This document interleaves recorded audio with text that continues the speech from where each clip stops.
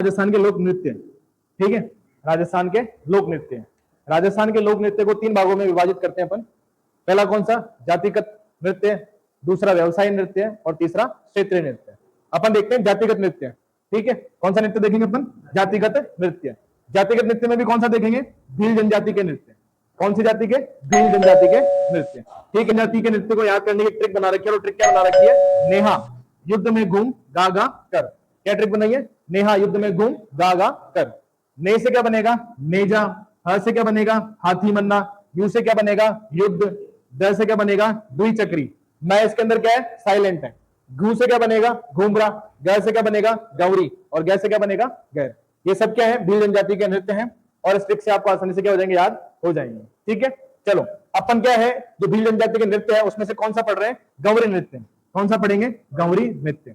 अब जो गौरी नृत्य है उसकी उत्पत्ति कैसे हुई है, ठीक है, गौरी नृत्य की उत्पत्ति कैसे हुई है? तो भस्मासुर की एक कहानी है इसके अंदर। भस्मासुर क्या है? भगवान शिव की आराधना कर रहे होते हैं, और भस्मासुर ने क्या करी? भगवान शिव की क्या करी? बहुत अच्छे से आराधना करी। आराधना करी तो भगवान शिव जी प्रकट हुए। प्रकट हुए तो भस्मासुर ने भगवान शिव जी से क्या मांगा? एक वरदान मांगा। और क्या मांगा उसके अंदर? भस्म करने की शक्ति मांगी कि भाई मेरे को क्या चाहिए? भस्म करने की शक्ति चाहिए। तो अपने भगवान शिव जी बोले, आपको पता है वैसे ही उन्होंने क्या करा? भस्मासुर को कौन सी शक्ति दे दी? भस्म करने की शक्ति दे दी। लेकिन भगवान शिव जी को यह नहीं पता था कि वो शक्ति क्यों मांग रहा है। ये इसलिए मांग रहा है क्योंकि भस्मासुर किसको पाना चाहता था? पार्वती को पाना चाहता था। अब इस बात का पता किसको चला? ब्रह्म विष्णु जी को चला कि भाई इसके मन में, भस्मासुर के मन में क्या है? ये चीज है। तो अब क्या होगा? भस्मासुर के पास कौन सी शक्ति है? अब भस्म करने की शक्ति है। तो वो क्या प्रयास करेगा? सबसे पहले भगवान शिव को क्या करेगा? भस्म करने का प्रयास करेगा। अब वह किसके पास जाएगा? तो भगवान शिव के पास जाएगा। लेकिन विष्णु जी एक सुंदर स्त्री का क्या कर लेंगे? वेश धारण कर लेंगे, और उसको अपनी बातों में बहलाएंगे, फुसलाएंगे, और जो भस्मासुर है वो अपने सर पे ही क्या रखेगा? अपना हाथ रखेगा, और उसी आधार पे कैसे हो जाएगा? वो भस्म हो जाएगा। तो इस बात का किसको पता चला? भगवान शिव जी को पता चला कि अपन भस्म होने से रह गए। तो उन्होंने भील जनजाति के लोगों के साथ क्या करा? नृत्य करा।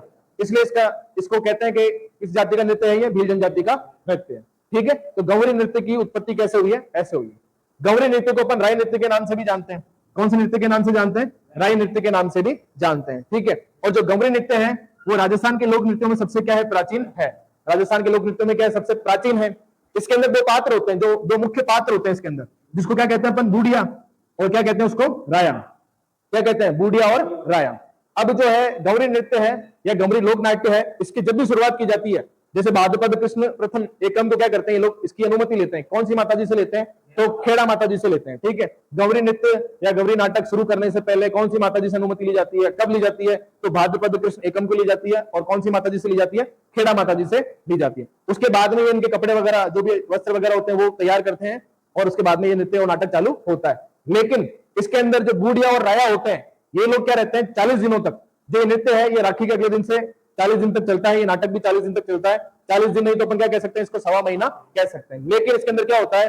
जो बूढ़िया और राया है इनको 40 दिन तक नंगे पांव रहना है। क्या क्या रहना है? नंगे पांव रहना है। और विशेष बात है कि इनको 40 दिन तक क्या नहीं करना है? नहाना भी नहीं है। आई, ठीक है। तो इसके बाद में क्या है? नृत्य केवल कौन करता है? नृत्य केवल किनके द्वारा किया जाता है? पुरुषों के द्वारा किया जाता है, ठीक है। जो गौरी नाटक का सूत्रधार होता है उसको अपन क्या कहते हैं? पुटपुटिया कहते हैं, ठीक है। और गौरी नृत्य में शिव जी को किस नाम से बुलाया जाता है? तो पुरिया के नाम से बुलाया जाता है। गौरी नृत्य जो फेमस है, गौरी नृत्य जो फेमस है वो उदयपुर जिले में फेमस है।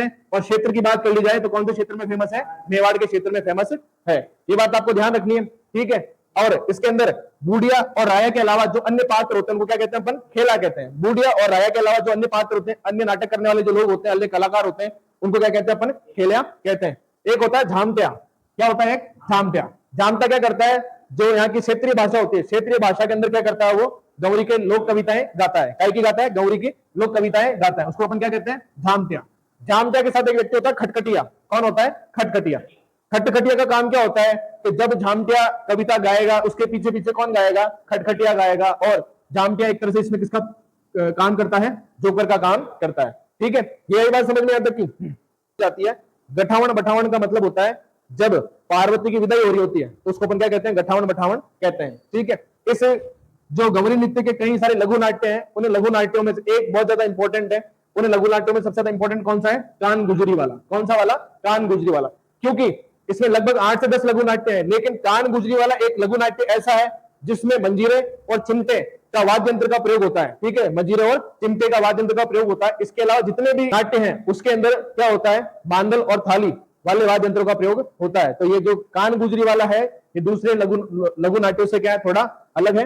ये वाली बात आपको ध्यान रखनी है। इसके अंदर कुछ होते हैं जैसे कि एक तो कान गुजरी वाला लघु नाट्य है, एक अपने नटड़ी वाला लघु नाट्य है, एक है हटिया अंबावा, एक होता है बंजारा बंजारी, एक होता है लाखा बंजारा, ठीक है, और एक कौन सा है, बियावन, ठीक है। तो ये क्या है, अपने गवरी नृत्य के बारे में है।